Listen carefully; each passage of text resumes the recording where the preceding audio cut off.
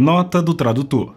A partir deste capítulo, o autor usará bastante o termo tipos. É importante para nós entendermos que a palavra tipo se refere a uma sombra, a um exemplo ou a um simbolismo de algo que ainda viria a acontecer. Hebreus capítulo 10, versículo 1 diz que a lei tem sombra dos bens vindouros, não a imagem real das coisas. Portanto, sempre que o autor usar a palavra tipo, ficará subentendido o sentido de exemplo, símbolo ou metáfora. Fim da nota do tradutor. Capítulo 11. Jesus, a oferta pelo pecado. Eu percebo que muitas das declarações que fiz neste livro só poderiam ser chamadas de teoria sem os tipos do Antigo Testamento para sustentá-las. Então, começaremos com o livro de Levítico, capítulo 6. E o Senhor falou a Moisés, dizendo: Fala a Arão e a seus filhos, dizendo: Esta é a lei da oferta pelo pecado. No lugar onde se mata a oferta queimada, se matará a oferta pelo pecado perante o Senhor. É coisa santíssima. O sacerdote que a oferecer pelo pecado a comerá, no lugar santo se comerá, no pátio do tabernáculo da congregação. Levítico 6, 24 a 26, versão King James. À primeira vista, parece que o sumo sacerdote vai comer o sacrifício, mas observe o versículo 30. E nenhuma oferta pelo pecado, do qual qualquer sangue é trazido para o tabernáculo da congregação, para reconciliar-se com o lugar santo, não será comida, ela será queimada no fogo. Holocausto pelo pecado. Nota do tradutor. Em inglês, a palavra holocausto é traduzida como oferta queimada. Por isso, usaremos as duas expressões de forma intercambiável. Fim da nota do tradutor. Jesus foi a oferta pelo pecado. A oferta pelo pecado será queimada no fogo. O salmista Davi tratou disso. E tu livraste minha alma do mais baixo inferno. Salmo 86, 13, versão King James. Estas palavras proféticas se referem a Jesus sendo libertado do inferno. Observe as palavras de Jesus. Porque assim como esteve Jonas 3 dias e 3 noites no ventre do grande peixe, assim o Filho do Homem estará 3 dias e 3 noites no coração da terra. Mateus 12, 40. No coração da terra, no centro da terra, não no túmulo. É onde está o inferno, no centro da terra. Existem vários lugares nas Escrituras que indicam isso. Tudo o que tocar a sua carne será santo, e quando houver aspersão do sangue sobre alguma veste, tu lavarás o que foi aspergido no lugar santo, e o vaso de barro em que a veste for encharcada será quebrado, e se for encharcada num vaso de cobre, esse deverá ser esfregado e enxaguado com água. Todos os homens entre os sacerdotes a comerão, é coisa santíssima. E nenhuma oferta pelo pecado, do qual qualquer sangue é trazido para o tabernáculo da congregação, para reconciliar-se com o lugar santo, será comida, ela será queimada no fogo. Levítico 6, 27 a 30, versão King James. Em outras palavras, a oferta pelo pecado, que representa Jesus, não podia ser comida, tinha que ser queimada. Eu quero que você observe o versículo 28. E o vaso de barro em que a veste for encharcada será quebrado. Ouça as palavras proféticas a respeito de Jesus. Estou esquecido no coração deles como morto, sou como vaso quebrado. Salmo 31, 12. Primeira morte. Isaías disse: designaram-lhe a sepultura com os perversos em suas mortes. Enquanto ele pendia na cruz, Jesus, o Cordeiro, a oferta sem manchas pelo pecado, o Filho de Deus, permaneceu santo até o último suspiro deixar o seu corpo. Quando ele deu o seu último suspiro, ele disse: está consumado. Ele se entregou à morte física e depois recebeu a morte espiritual. Depois que a oferta pelo pecado foi feita. Eu quero que você veja o tipo do Antigo Testamento. Como ele se entregou à morte e recebeu o pecado. Observe Levítico 16, 5. E ele tomará da congregação dos filhos de Israel 2 bodes para a oferta pelo pecado e 1 carneiro para a oferta queimada.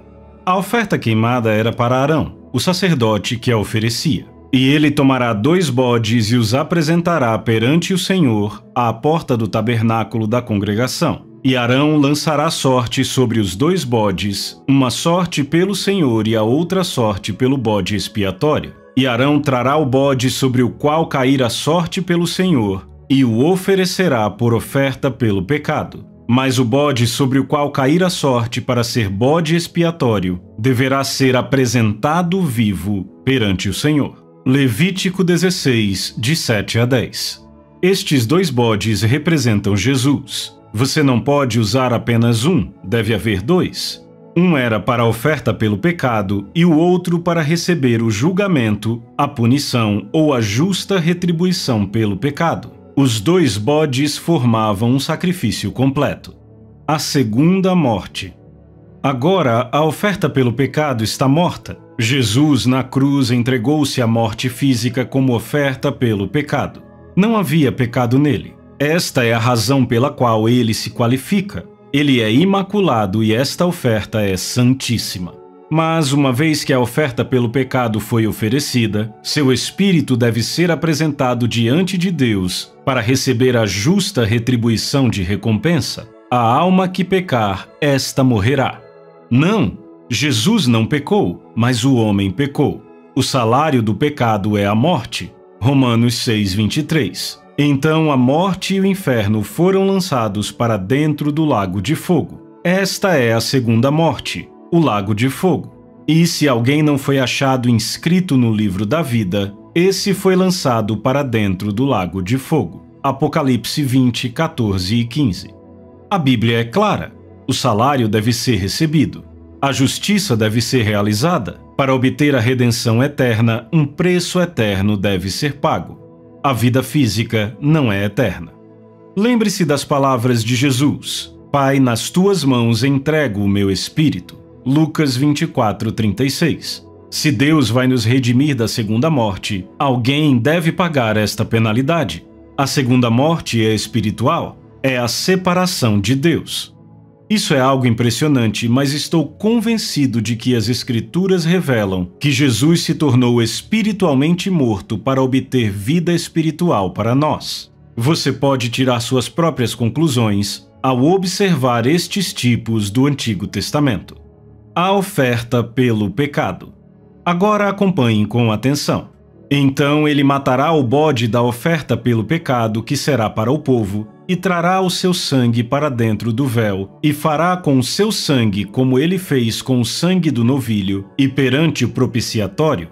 E ele fará expiação pelo lugar santo por causa da impureza dos filhos de Israel, e por causa das suas transgressões em todos os seus pecados. Levítico 16, 15 e 16.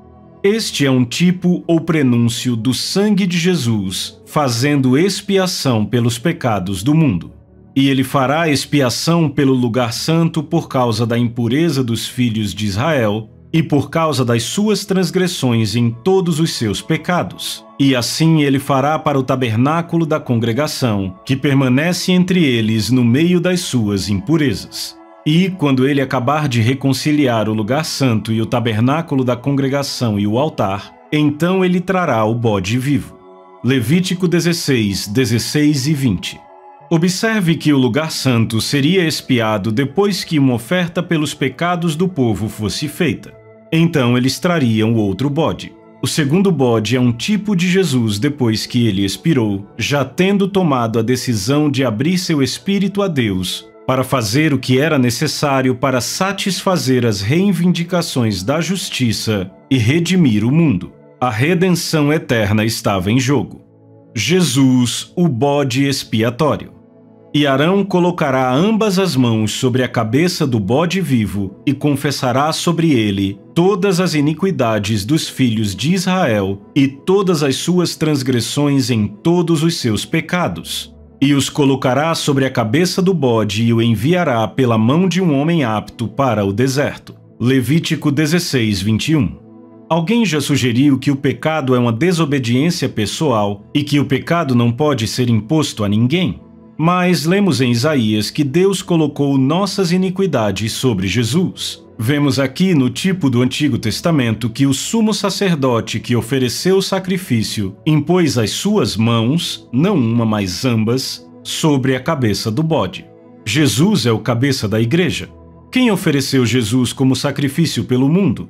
Deus. Abraão profetizou: Deus proverá para si um cordeiro. Foi Deus quem ofereceu o sacrifício. Ele foi o sumo sacerdote que colocou as suas mãos sobre a cabeça do bode. Então, de acordo com este tipo, seria Deus quem poria as suas mãos sobre o Espírito eterno de Jesus e confessaria sobre ele as iniquidades de todo o povo, e todas as suas transgressões em todos os seus pecados, e ele os colocará sobre a cabeça do bode e o enviará pela mão de um homem apto para o deserto. E o bode levará sobre si todas as iniquidades deles, até uma terra não habitada, e ele enviará o bode ao deserto. Levítico 16, 21 e 22. O novo dicionário do século XX de Webster diz que a morte na teologia significa separação da alma de Deus, mas também estar sob o domínio do pecado, destituído de graça ou da vida divina, chamada morte espiritual. Se você tem uma Bíblia de estudo, pode ser que encontre uma nota que diz que a expressão não habitada no hebraico no versículo 22 significa separação. Então, o bode foi enviado para uma terra de separação. A morte espiritual significa separação de Deus. O primeiro bode já está morto, a morte física já ocorreu, mas esta é a segunda morte. Esta é a morte que completa a morte plural que Isaías profetizou. O segundo bode não deixou de existir. Ele foi enviado para uma terra de separação. Este é o tipo para a morte espiritual. Quando Adão morreu espiritualmente, seu espírito não deixou de existir. Satanás é um espírito. Ele está espiritualmente morto, mas ainda assim existe. Os espíritos são eternos. Eles nunca deixam de existir. Para que o segundo bode fosse um verdadeiro tipo, ele precisava existir para receber o julgamento da justiça. Depois que o sangue de Jesus foi derramado para expiar o santo lugar, o véu foi rasgado de alto a baixo. A oferta pelo pecado havia sido feita. O santo lugar foi expiado, o caminho para o Santo dos Santos foi aberto, mas o julgamento precisava ser feito. Os pecados e iniquidades tinham que ser levados embora. Então, Jesus se tornou pecado e o levou para um lugar inabitável, um lugar de separação. Uma tradução diz, um lugar não apropriado para a habitação humana. O inferno foi criado para o diabo e seus anjos, não para o homem. Deus nunca pretendeu que o homem fosse para lá. Jesus levou o pecado para o poço do inferno. Ele o levou para a região dos condenados para se livrar do pecado. E o bode levará sobre si todas as iniquidades deles até uma terra não habitada, e ele enviará o bode ao deserto. E Arão virá ao tabernáculo da congregação, e despirá as vestes de linho que ele colocou quando entrou no lugar santo, e ali as deixará. E banhará a sua carne com água no lugar santo, e vestirá as suas vestes. Então sairá, e oferecerá a sua oferta queimada, e a oferta queimada do povo, e fará expiação por si e pelo povo. E a gordura da oferta pelo pecado ele queimará sobre o altar. E aquele que tiver soltado o bode expiatório lavará as suas vestes, e banhará a sua carne em água, e depois entrará no acampamento. Levítico 16, 22 a 26. Oferta santa pelo pecado. Alguns afirmaram que Jesus realmente não se tornou pecado, porque a oferta pelo pecado permaneceu santa. Mas observe que um bode era santo, a oferta pelo pecado. O outro bode estava contaminado com os pecados dos outros, não com os seus pecados, mas com os pecados dos outros. A oferta pelo pecado permaneceu santa, não poderia estar contaminada. Tudo o que tocasse nela seria santificado. Uma vez que a oferta pelo pecado já tivesse sido oferecida, o bode expiatório deveria ser levado diante do sumo sacerdote, Deus. Ele impôs as duas mãos sobre o bode expiatório e confessou todos os pecados do povo sobre o segundo bode. Agora vamos olhar novamente para o tipo. O espírito humano de Jesus é como o bode expiatório. O espírito de Jesus é eterno. Ele deve obter a redenção eterna. O sumo sacerdote que ofereceu o sacrifício colocou as mãos sobre a cabeça do bode. Deus é o sumo sacerdote que ofereceu a Jesus. As últimas palavras que Jesus disse antes de morrer foram: Pai, nas tuas mãos entrego o meu espírito. Lucas 23:46. Eis o tipo. Deus, o sumo sacerdote, impôs suas mãos sobre seu filho Jesus e confessou os pecados, iniquidades e transgressões do povo, colocando-os sobre ele, Jesus. O bode estava tão contaminado que a pessoa que o conduziu ao deserto é considerada contaminada e deve tomar banho e lavar suas roupas antes de voltar ao lugar sagrado. O primeiro bode foi santo, o segundo estava contaminado com os pecados dos outros. Mas qualquer pessoa tocada pela carne ou pelo sangue da oferta pelo pecado era chamada santa. A igreja nunca viu o que Deus fez para redimir o homem. Ele fez o espírito de seu filho ser pecado. Ele carregou este fardo do pecado do mundo. Sem dúvida, foi isto que trouxe as gotas de sangue das suas veias para a pele quando ele se ajoelhou no jardim do Getsêmani. Ele não tinha medo da morte física. Era a separação daquela segunda morte que ele temia. E o novilho para a oferta pelo pecado e o bode para a oferta pelo pecado, cujo sangue foi trazido para fazer expiação no lugar santo, serão levados por alguém para fora do acampamento, e eles queimarão no fogo as suas peles, a sua carne e o seu esterco.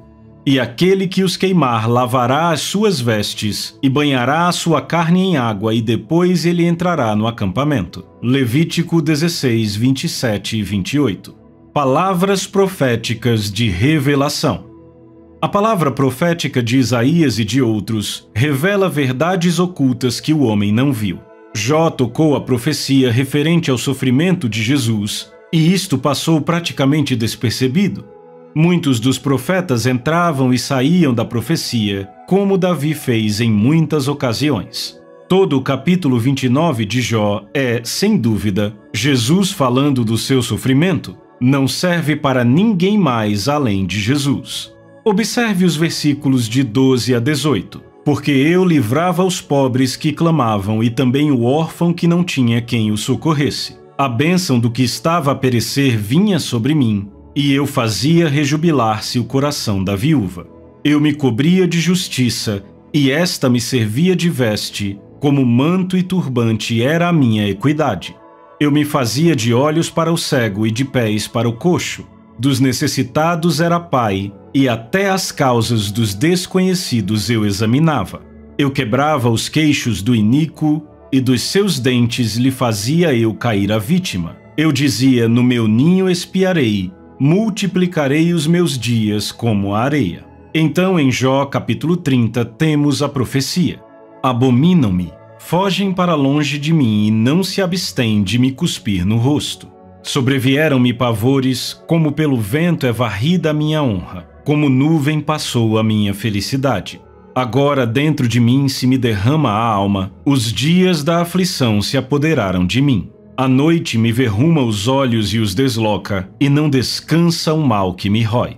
Pela grande violência do meu mal está desfigurada a minha veste, mal que me cinge como a gola da minha túnica. Deus, tu me lançaste na lama, e me tornei semelhante ao pó e à cinza. Clamo a ti e não me respondes. Estou em pé, mas apenas olhas para mim. Tu foste cruel comigo, com a força da tua mão tu me combates. Levantas-me sobre o vento e me fazes cavalgá-lo. Dissolves-me no estrondo da tempestade, pois eu sei que me levarás à morte, e à casa destinada a todo vivente. De um montão de ruínas não estenderá o homem a mão, e na sua desventura não levantará um grito por socorro? Acaso não chorei sobre aquele que atravessava dias difíceis, ou não se angustiou a minha alma pelo necessitado? Aguardava eu o bem, e eis que me veio o mal.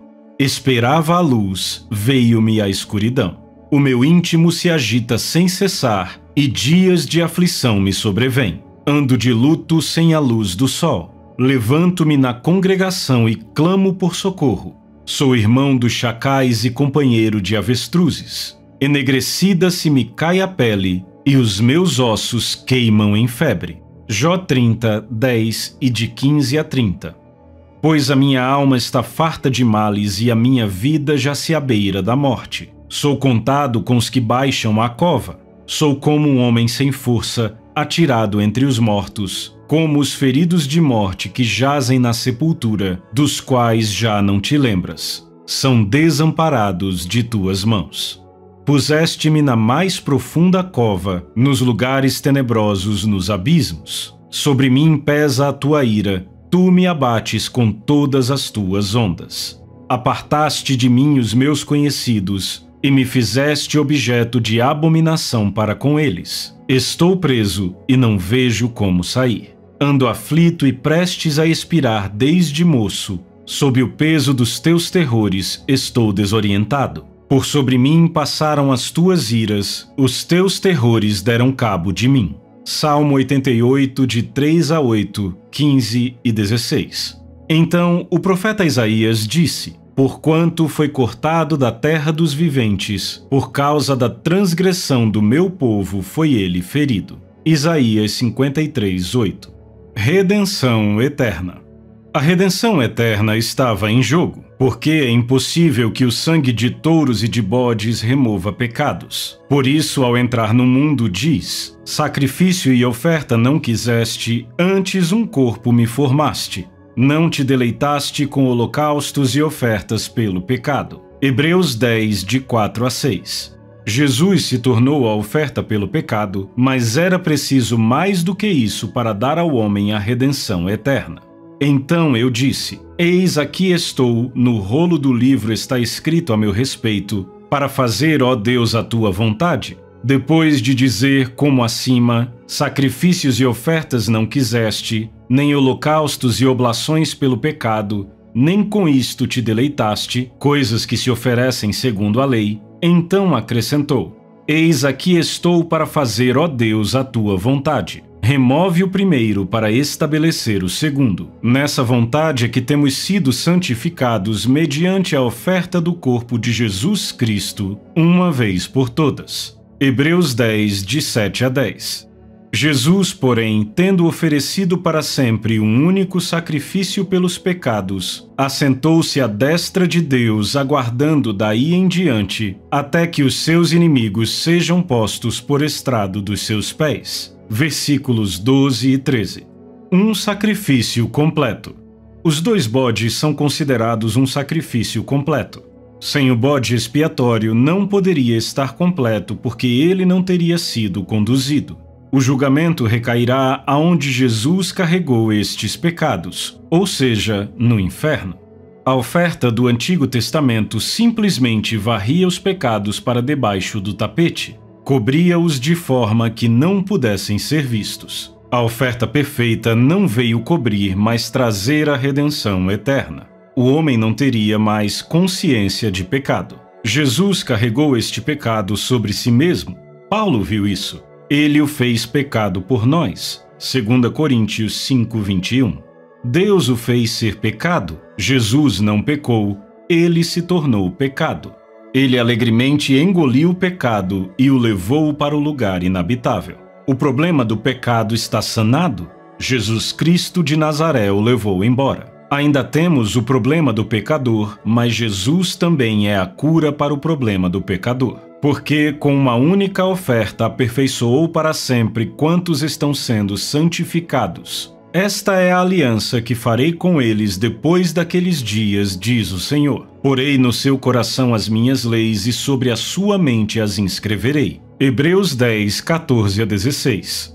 Ao falar sobre escrever em seus corações, ele está tratando de uma lei espiritual. Também de nenhum modo me lembrarei dos seus pecados e das iniquidades para sempre. Ora, onde há remissão destes, já não há oferta pelo pecado. Tendo, pois, irmãos, intrepidez para entrar no Santo dos Santos pelo sangue de Jesus, pelo novo e vivo caminho que ele nos consagrou pelo véu, isto é, pela sua carne, a oferta pelo pecado. Vamos voltar a Hebreus 9, querendo com isto dar a entender o Espírito Santo que ainda o caminho do santo lugar não se manifestou, enquanto o primeiro tabernáculo continua erguido, não por meio de sangue de bodes e de bezerros, mas pelo seu próprio sangue entrou no Santo dos Santos, uma vez por todas, tendo obtido eterna redenção. Hebreus 9, 8 e 12. A redenção eterna é nossa? Ele não entrou lá até ter obtido a redenção eterna para nós. Você se lembra quando ele apareceu para Maria no túmulo? Ele disse: "Não me toque, porque ainda não subi ao meu Pai." Ele tinha que subir ao céu e aspergir seu sangue. Quando ele apareceu aos discípulos uma segunda vez, disse a Tomé: "Toque-me, apalpe-me." Ele já havia entrado e obtido a redenção eterna para nós. Sacrifício eterno.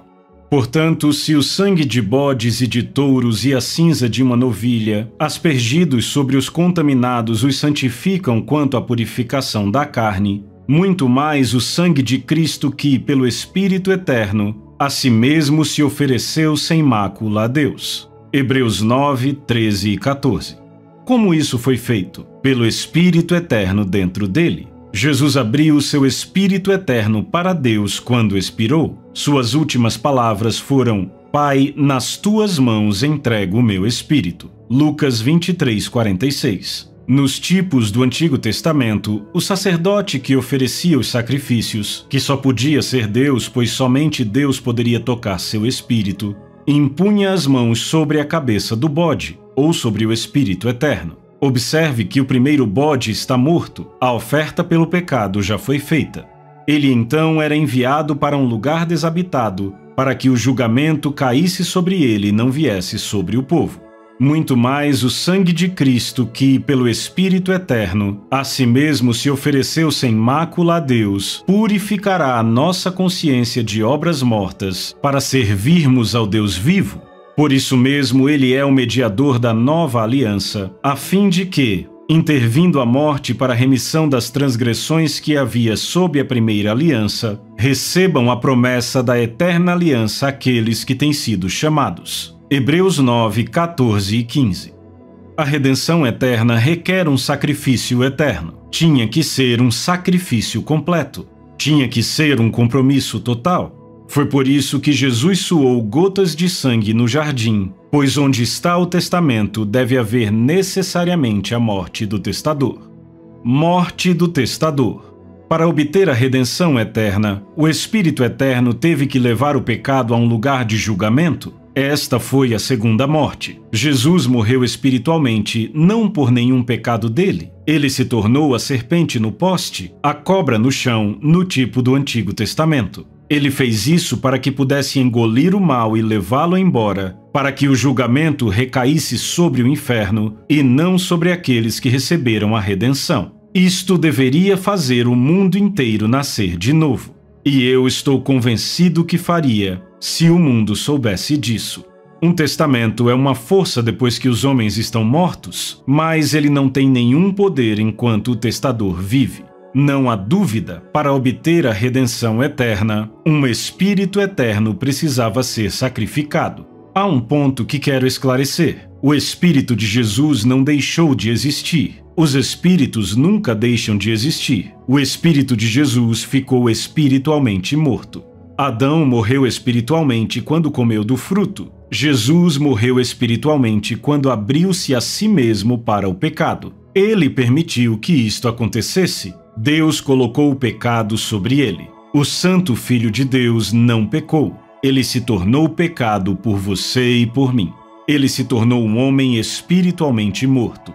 Ele foi separado de seu pai Deus, uma separação espiritual, e o profeta Isaías viu isto. Ele viu duas mortes, física e depois espiritual. A razão pela qual o Filho do Homem se manifestou, fez-se visível, foi para desfazer, destruir, desligar e dissolver as obras que o diabo fez. 1 João 3,8, versão ampliada. Jesus veio desfazer o que Satanás havia feito. Adão cometeu pecado e morreu espiritualmente. A morte espiritual de Adão produziu morte física, pois o salário do pecado é a morte. Veja este contraste. Jesus tornou-se obediente a uma morte física que não lhe era devida. Ele tomou a decisão antes de morrer de carregar as iniquidades do mundo. Além disso, ele sofreu a penalidade total por estes pecados, que eram a morte espiritual ou a separação de Deus, para restaurar o homem à comunhão com Deus.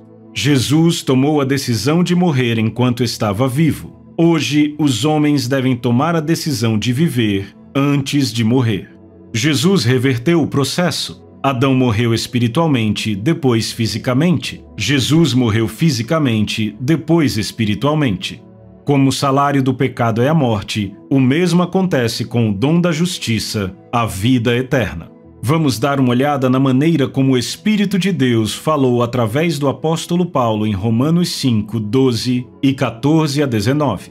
Portanto, assim como por um só homem entrou o pecado no mundo, e pelo pecado a morte, assim também a morte passou a todos os homens, porque todos pecaram. Entretanto, reinou a morte desde Adão até Moisés, mesmo sobre aqueles que não pecaram à semelhança da transgressão de Adão, o qual prefigurava aquele que havia de vir. Todavia, não é assim um dom gratuito como a ofensa, porque se pela ofensa de um só morreram muitos, muito mais a graça de Deus e o dom pela graça de um só homem, Jesus Cristo, foram abundantes sobre muitos. O dom, entretanto, não é como no caso em que somente um pecou, porque o julgamento derivou de uma só ofensa para a condenação, mas a graça transcorre de muitas ofensas para a justificação. Se pela ofensa de um e por meio de um só reinou a morte, muito mais os que recebem a abundância da graça e o dom da justiça reinarão em vida por meio de um só, a saber, Jesus Cristo. Pois assim como por uma só ofensa veio o juízo sobre todos os homens para a condenação, assim também por um só ato de justiça veio a graça sobre todos os homens para a justificação que dá vida. Porque como pela desobediência de um só homem muitos se tornaram pecadores, assim também por meio da obediência de um só, muitos se tornarão justos. Sim, Jesus obteve a redenção eterna para nós.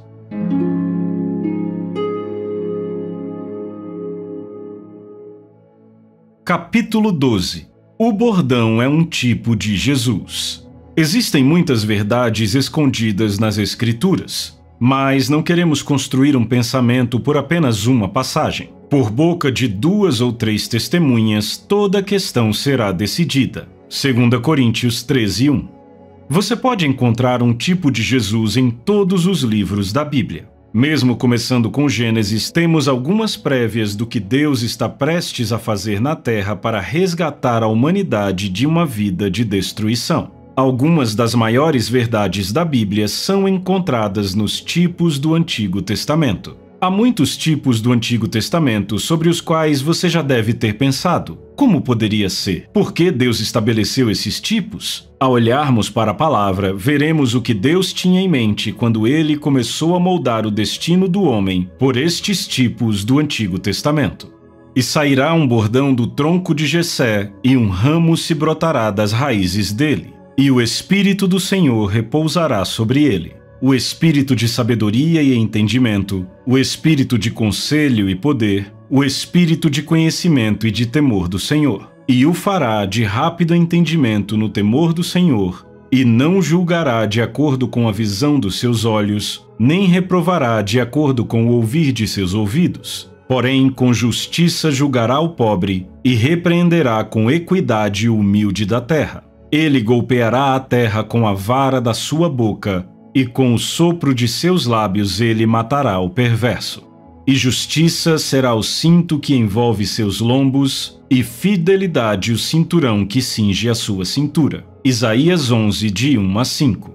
O que eu quero que você note é a palavra bordão. Em algumas versões aparece como vara. Jesus é chamado de o bordão que sai do tronco de Jessé. Ele fala sobre Deus golpeando a terra com a vara da boca. Jesus era a palavra de Deus, a palavra falada da sua boca. É sobre isso que ele está falando. Jesus e a palavra são um, e a vara é uma representação de Jesus. Com isto em mente, vamos para Êxodo capítulo 7 e vemos um tipo de Jesus do Velho Testamento pegando o pecado e o eliminando. Você conhece a história do faraó? Moisés e Arão foram diante dele e disseram: "Deixe o nosso povo ir embora." No versículo 9, Deus está falando: "Quando o faraó vos disser, fazei milagres que vos acreditem, toma o teu bordão e lança-o diante de faraó, e o bordão se tornará em serpente." Então Moisés e Arão se chegaram a Faraó e fizeram como o Senhor lhes ordenara. Lançou Arão o seu bordão diante de Faraó.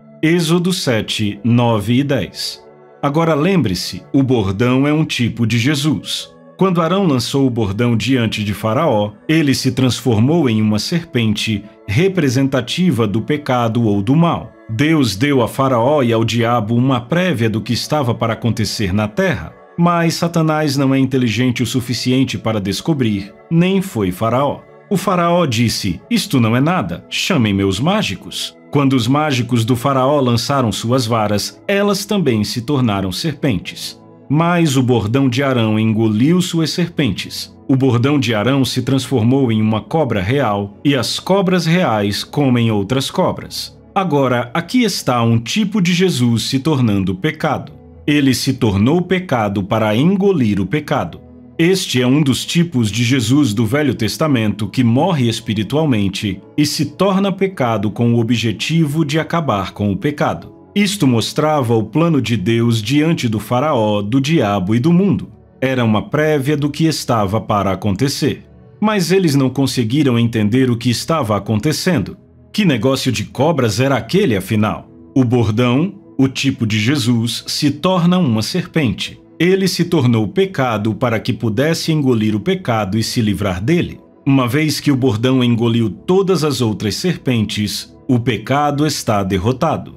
Vamos para outro tipo do Antigo Testamento, no livro de Números, capítulo 14. Você encontra os filhos de Israel reclamando. Deus disse a Moisés e Arão: "Dize-lhes, por minha vida diz o Senhor, que, como falastes aos meus ouvidos, assim farei a vós outros." Números 14, 28. Lemos em Números 21, 5, depois que Deus disse ao povo que eles teriam o que disseram. E o povo falou contra Deus e contra Moisés: "Por que nos fizeste subir do Egito, para que morramos neste deserto?" Deus havia acabado de dizer a Moisés que lhes dissesse: "Eu farei exatamente o que eles dizem", e eles disseram: "Nós vamos morrer no deserto?"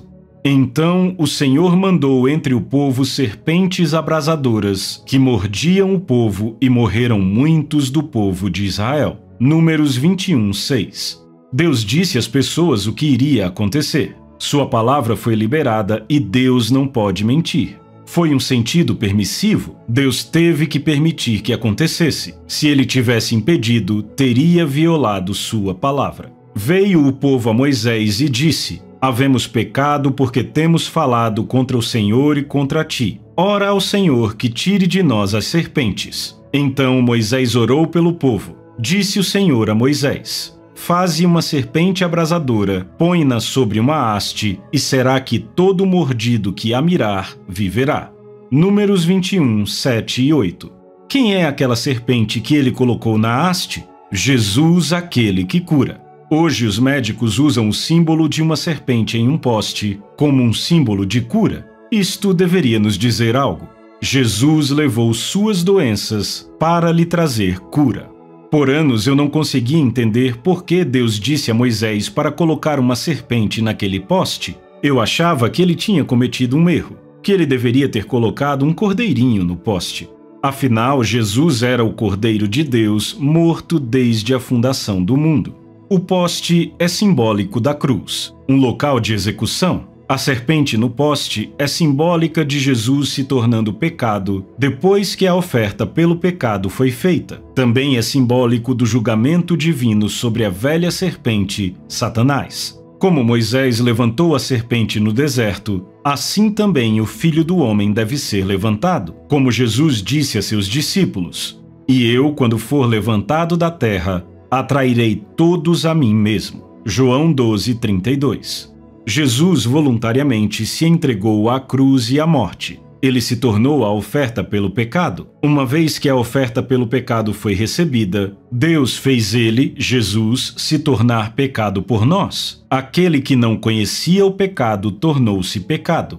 O Filho de Deus, sem pecado, tornou-se como uma serpente para que ele engolisse todo o mal. Jesus deu um golpe mortal em Satanás na cruz. Os dois morreram na mesma batalha. O julgamento divino tornou Satanás inofensivo e ineficaz contra a nova criação que viria pela ressurreição vitoriosa de Jesus. Se você contemplar o que aconteceu quando a oferta pelo pecado foi feita e o fato de Jesus se tornar uma serpente no poste, isto mudará a sua vida. Satanás, aquela velha serpente, não pode lhe afligir de maneira nenhuma. Se você contemplar o que aconteceu na cruz, você também viverá. A lei do Espírito da vida em Cristo Jesus lhe libertou da lei do pecado e da morte.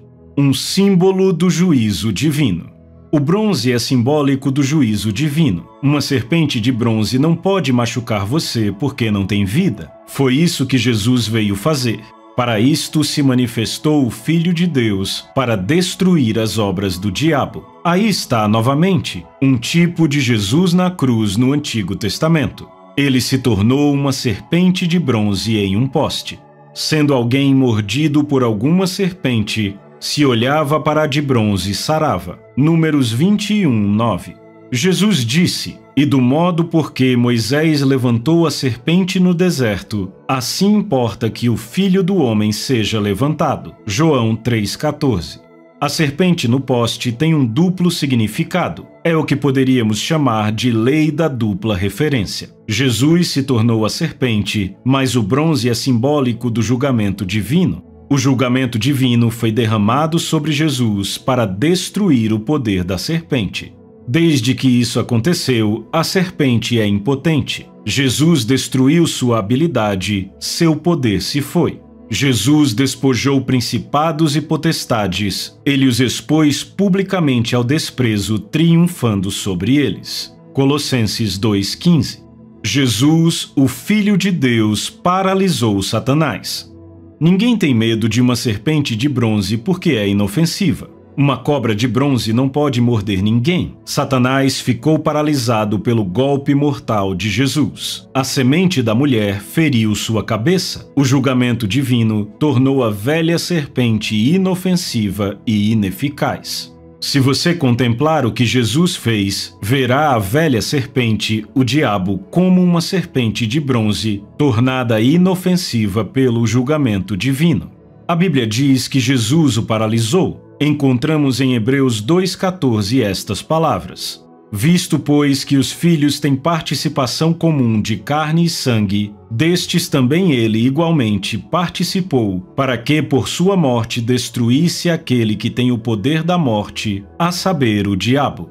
A palavra traduzida como destruir equivale a paralisar. Ele paralisou quem tinha o poder da morte, isto é, o diabo, e livrasse todos que, pelo pavor da morte, estavam sujeitos à escravidão por toda a vida. Hebreus 2,15. Jesus nos livrou do medo do golpe mortal de Satanás. Não precisamos temer esta serpente de bronze. Ele se tornou inofensivo e ineficaz pelo julgamento divino. José, um tipo de Jesus. José é um tipo de Jesus do Antigo Testamento. Mesmo sua própria família não tendo acreditado nele, no final curvaram-se diante dele. Deus deu a José a revelação do que estava por vir, mas sua família não a recebeu. Seus irmãos o lançaram em um poço e o venderam como escravo no Egito. Gênesis 37:28. Jesus veio à terra dizendo o que o seu pai disse, mas seu próprio povo o lançou fora. Deus colocou nossas iniquidades nele. Isaías 53:6. José ascendeu do fundo de um poço a um lugar de autoridade por causa da palavra de Deus para ele. Seu nome ficou conhecido em todo o Egito. Jesus subiu da cova dos condenados para muito acima de todos os principados e potestades. O nome dele está acima de todo nome. Filipenses 2:9. José comprou toda a terra em tempos de fome. Gênesis 47:20. Jesus comprou todo o mundo com seu sangue. João 3:16. Os irmãos de José o entregaram para o mal, mas Deus transformou isto em bem para salvar todos os que viessem a ele. Gênesis 50:20. Jesus foi entregue até a morte por homens maus, mas Deus usou isto para salvar todos os que viessem a ele. 1 Coríntios 2, 7 e 8 e Romanos 5, 17. José foi punido por coisas que não fez. Gênesis 39, 20. Jesus sofreu o castigo que nos pertencia. Isaías 53, 5 e 6. José se tornou escravo para enriquecer Israel. Gênesis 37, 28. Jesus se fez pobre para que você pudesse ser rico. 2 Coríntios 8, 9. Todo o Egito curvou-se diante de José. O Egito é um tipo do mundo e do pecado. Todo pecado se curvou a Jesus.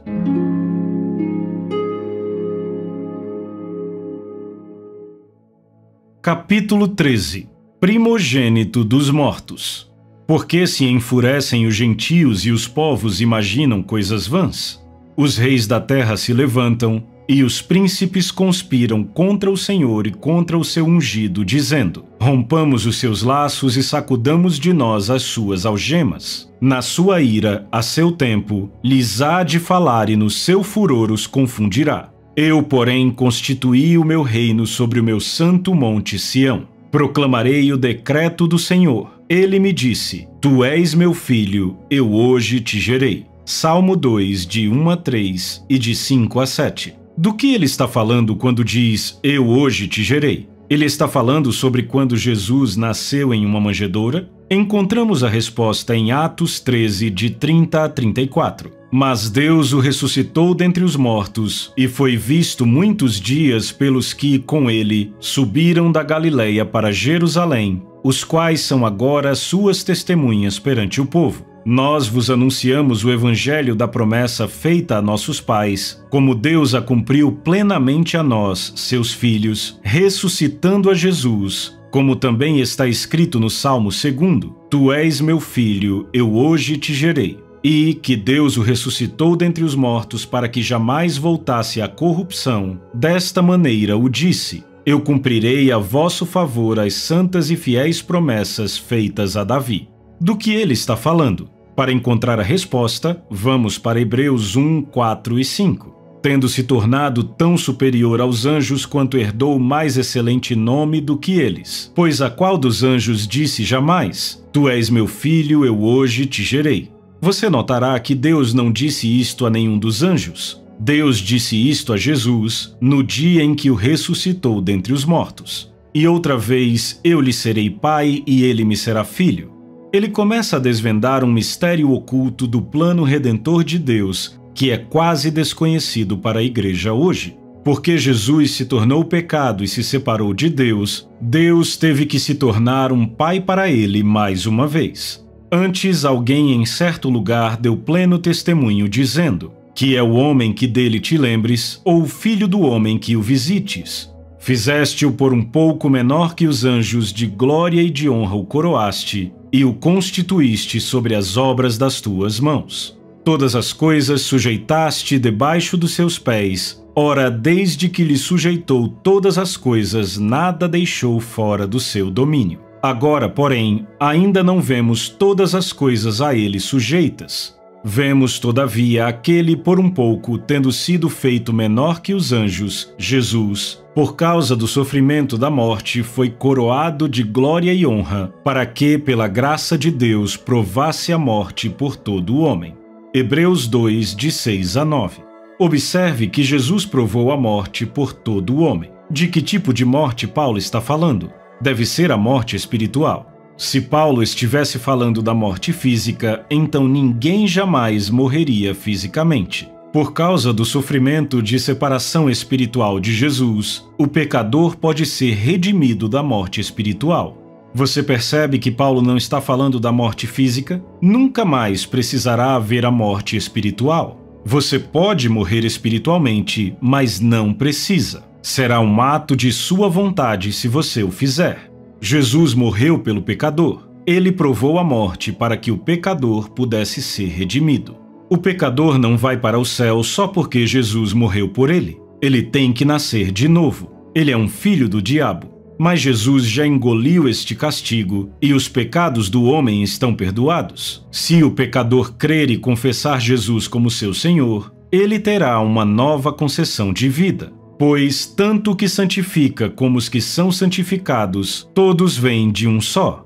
Por isso é que ele não se envergonha de lhes chamar irmãos, dizendo: a meus irmãos declararei o teu nome, cantar-te-ei louvores no meio da congregação. E outra vez eu porei nele a minha confiança. E ainda, eis aqui estou eu e os filhos que Deus me deu. Visto, pois, que os filhos têm participação comum de carne e sangue, destes também ele igualmente participou, para que por sua morte destruísse aquele que tem o poder da morte, a saber, o diabo.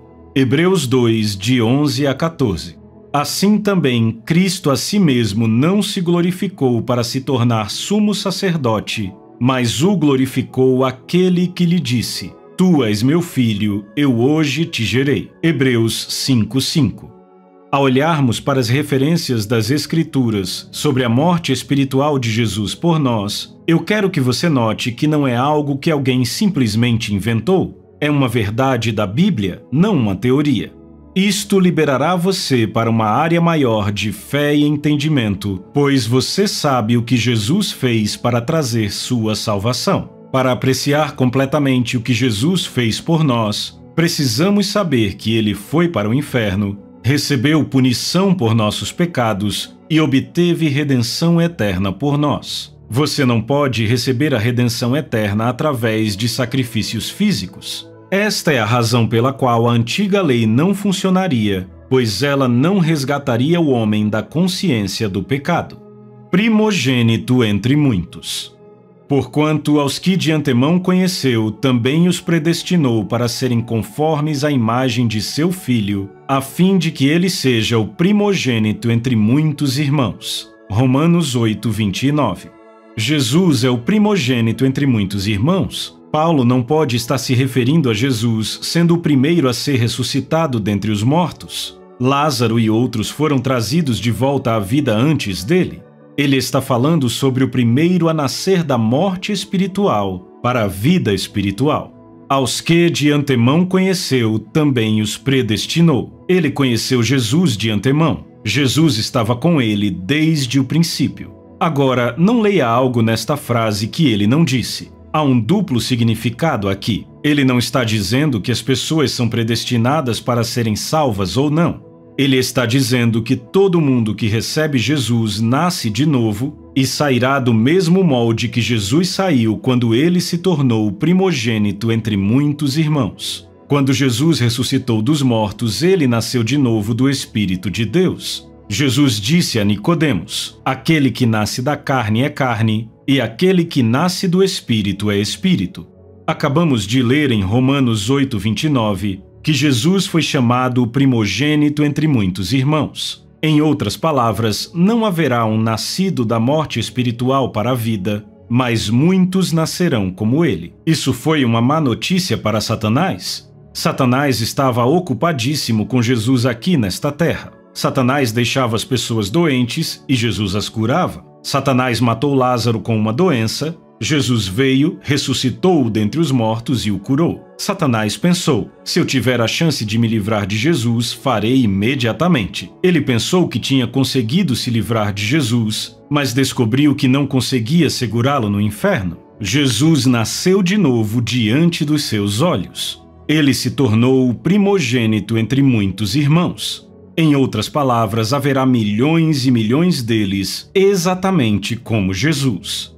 No dia de Pentecostes, no cenáculo, 120 nasceram de novo, assim como Jesus. Então, antes que o dia terminasse, mais 3.000 nasceram de novo. Esta é uma má notícia para Satanás. 3.120 nascidos de novo, assim como Jesus. Encontramos na Bíblia que Jesus é chamado o Filho unigênito até o dia em que ele ressuscitou dos mortos. Então, em toda referência a Jesus depois disso, após a ressurreição, ele nunca mais é chamado de unigênito. Em algumas ocasiões, ele é referido como unigênito quando se fala de antes de ele ressuscitar dentre os mortos, mas, neste caso, não estão se referindo ao tempo presente. Em Gênesis 22, 16 e 17, Deus disse a Abraão: porquanto fizeste isso, a tua descendência possuirá a cidade dos teus inimigos. Deixe-me lembrá-lo que Jesus disse a Pedro: Eu edificarei a minha igreja, e as portas do inferno não prevalecerão contra ela. Jesus disse: Eu vou construir a minha igreja. O homem tentou construí-la todos esses anos, mas falhou. Jesus disse: Eu edificarei a minha igreja. Deus está no processo, através de Jesus Cristo de Nazaré, de construir a igreja hoje. Você verá a maior igreja que o mundo já conheceu. Uma declaração profética.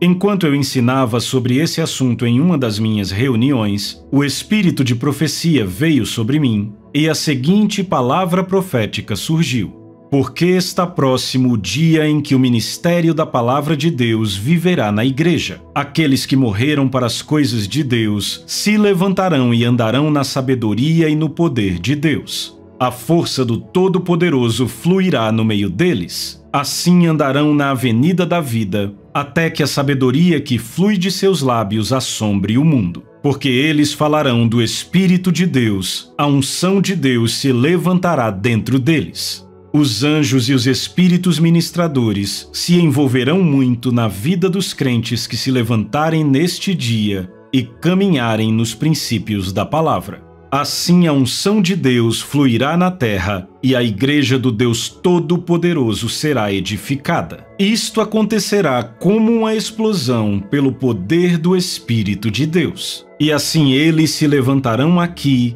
e se levantarão ali, eles se levantarão da obscuridade. Vocês verão igrejas indo de 1 a 3.000 em 3 meses. Vocês verão a poderosa unção de Deus operando na terra. Vocês verão a restauração dos filhos de Deus. Eles serão restaurados ao seu devido lugar e o poder do Cristo vivo será derramado por toda a terra. Vocês verão isto em sua geração. Porque sabe, há pessoas que se desviaram da palavra e estão pregando um evangelho social. Acontecerá que estas igrejas vão secar. Elas murcharão e desaparecerão. Algumas perderão milhares de membros em meses, desaparecerão e a propriedade será vendida porque estão mortos. Não existirão nos dias que virão. Ou eles existiram nos dias passados porque não foi como será no fim que se aproxima. A unção de Deus fluirá na terra e as trevas prevalecerão sobre aqueles que estão nas trevas. A densa escuridão cobrirá os que estão nas trevas, mas a luz se tornará mais clara para os que andam na luz. Minha igreja será edificada e acontecerá como se tivesse passado apenas um dia, pois farei uma breve obra de justiça na terra.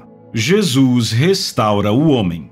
João às 7 igrejas que se encontram na Ásia. Graça e paz a vós outros da parte daquele que é, que era e que há de vir, da parte dos 7 espíritos que se acham diante do seu trono, e da parte de Jesus Cristo, a fiel testemunha, o primogênito dos mortos e o soberano dos reis da terra. Apocalipse 1, 4 e 5. Jesus é o príncipe dos reis da terra.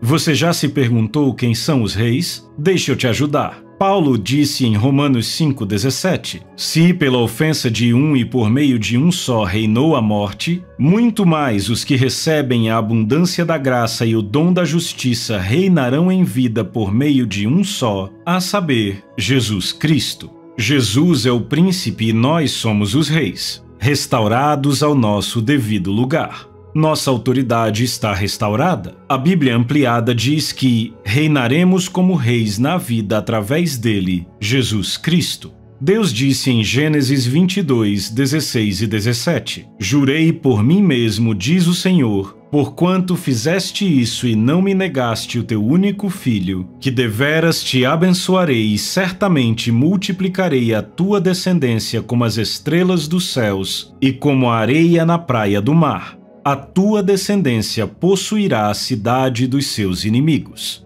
A semente era Jesus. Gálatas 3, de 13 a 16, na versão King James, diz: Cristo nos redimiu da maldição da lei, fazendo-se por nós maldição, porque está escrito: Maldito todo aquele que for pendurado em um madeiro. Para que a bênção de Abraão pudesse vir sobre os gentios por meio de Jesus Cristo, para que possamos receber a promessa do Espírito através da fé. Irmãos, falo como homem. Embora seja um testamento de homem, se ainda assim for confirmado, nenhum homem pode anulá-lo ou adicionar-lhe coisa alguma. Ora, as promessas foram feitas a Abraão e à sua semente. Não diz as sementes como se fossem muitas, mas fala de um só, e à tua semente, isto é, a Cristo.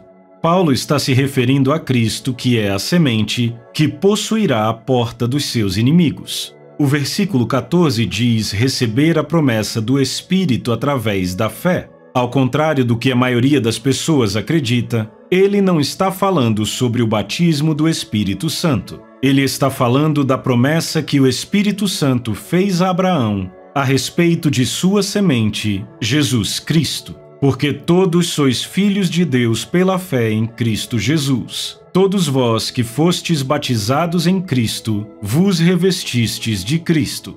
Já não há judeu nem grego, não há também escravo nem livre, nem homem nem mulher, pois todos sois um em Cristo Jesus. E se sois de Cristo, então sois a semente de Abraão.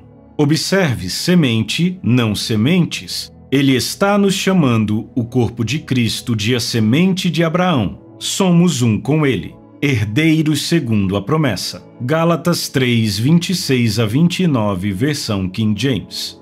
Somos herdeiros de acordo com a promessa, restaurados à nossa devida santidade com autoridade nesta terra. Nascemos do Espírito de Deus, vivificados de acordo com a palavra de Deus, homens sob autoridade na terra, e possuiremos a cidade dos nossos inimigos. Paulo disse em Efésios 1, de 16 a 20, Não cesso de dar graças por vós, fazendo menção de vós nas minhas orações, para que o Deus de nosso Senhor Jesus Cristo, o Pai da Glória, vos conceda espírito de sabedoria e de revelação no pleno conhecimento dele, e iluminados os olhos do vosso coração, para saberdes qual é a esperança do seu chamamento, qual a riqueza da glória da sua herança nos santos, e qual a suprema grandeza do seu poder para com os que cremos, segundo a eficácia da força do seu poder, o qual exerceu ele em Cristo, ressuscitando-o dentre os mortos e fazendo-o sentar à sua direita nos lugares celestiais. Paulo disse, eu não quero que vocês ignorem a eficácia da força do poder, o qual exerceu ele em Cristo, ressuscitando-o dentre os mortos, porque é o mesmo poder que levantará as pessoas da morte espiritual para a vida espiritual hoje, exatamente como aconteceu naquele dia. Estando nós mortos em nossos delitos, nos deu vida juntamente com Cristo. Pela graça sois salvos, e juntamente com ele nos ressuscitou, e nos fez assentar nos lugares celestiais em Cristo Jesus. Efésios 2, 5 e 6. A razão pela qual ele quer que você tome posse da força do poder que ele exerceu em Cristo, quando ressuscitou dentre os mortos, é porque quando ele ressuscitou você da morte espiritual para a vida espiritual, ele lhe exaltou. No que diz respeito a Deus, ele vê você sentado à direita dele com Jesus, em autoridade e poder para sempre, acima de todos os principados, potestades, poder e domínio. Agora você percebe que não estamos lá no corpo, mas estamos lá em autoridade e poder espirituais. Pelo que também Deus o exaltou sobremaneira, e lhe deu o nome que está acima de todo nome, para que ao nome de Jesus se dobre todo joelho nos céus, na terra e debaixo da terra. Filipenses 2, 9 e 10. Jesus derrotou Satanás em um combate mortal. Ele recebeu este nome por herança. Foi concedido a ele, e este nome está acima de todo nome. Eu quero lembrá-lo que Jesus nos deu seu nome para usarmos. No monte, antes de ascender ao Pai, ele disse, toda autoridade me foi dada no céu e na terra. Mateus 28, 18. Então virou-se para os crentes e disse, agora vocês vão em meu nome, expulsem demônios, curem enfermos, ressuscitem mortos. Marcos 16, de 15 a 18. Em outras palavras, enquanto eu estiver fora, façam isto, tirem Satanás da falsa autoridade dele. Jesus tinha todo o poder no céu e na terra e deu ao crente. Ele lhe deu o nome dele e o nome de Jesus está acima de todo nome.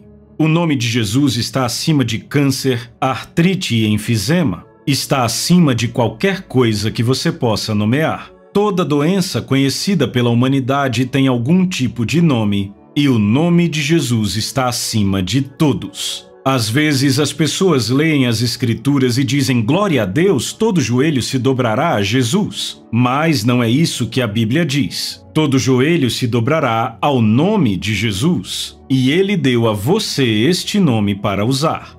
Davi disse no Salmo 138:2: Magnificaste acima de tudo o teu nome e a tua palavra. O nome de Jesus está acima de todo nome, e todo joelho se dobrará diante deste nome. O nome de Jesus lhe dá autoridade em 3 mundos: sobre seres no céu, seres na terra e seres debaixo da terra. Ele deu autoridade aos crentes em 3 mundos e não apenas isso, mas Deus magnificou acima de tudo o seu nome e a sua palavra. Deus lhe deu autoridade na terra. Ele restaurou sua autoridade através do renascimento do espírito humano. Ele te deu o que Satanás roubou de Adão. Deus espera que o crente atue na terra até que ele venha. Não, ele não disse armazene batatas e se esconda nas montanhas. Ele disse atuem até que eu venha. Lucas 19:13. Os Estados Unidos ocuparam a Alemanha após a Segunda Guerra Mundial. Você acha que fomos até lá e perguntamos, ei, o que vocês todos querem fazer? Não, ocupamos e controlamos o lugar. Jesus disse que devemos ocupar e controlar esta terra até que ele venha. Nós temos autoridade para fazê-lo. Isto será feito através de seu nome e da sua palavra. Palavra profética. Novamente, compartilhe uma palavra profética que surgiu ao ensinar sobre esse assunto em uma de minhas reuniões. O Espírito do Senhor disse: Fiquem de pé neste dia e hora, pois este é o dia em que minha sabedoria e meu poder serão manifestos na terra. Nos próximos dias vocês verão poderosas manifestações, pois a riqueza do pecador é depositada para os justos. Então comecem a se estabelecer sobre a minha palavra, pois eu magnifiquei a minha palavra e o meu nome acima de tudo. Assim como o meu nome está acima de todo nome na terra, assim também a minha palavra está acima de todo profeta da destruição que vier profetizar o fim ou a derrota da igreja. Portanto, levantem-se e estiquem-se à sua verdadeira altura, pois estes são os dias em que meu povo andará em vitória e imporá a derrota dos poderes das trevas pela minha palavra fluindo dos seus lábios.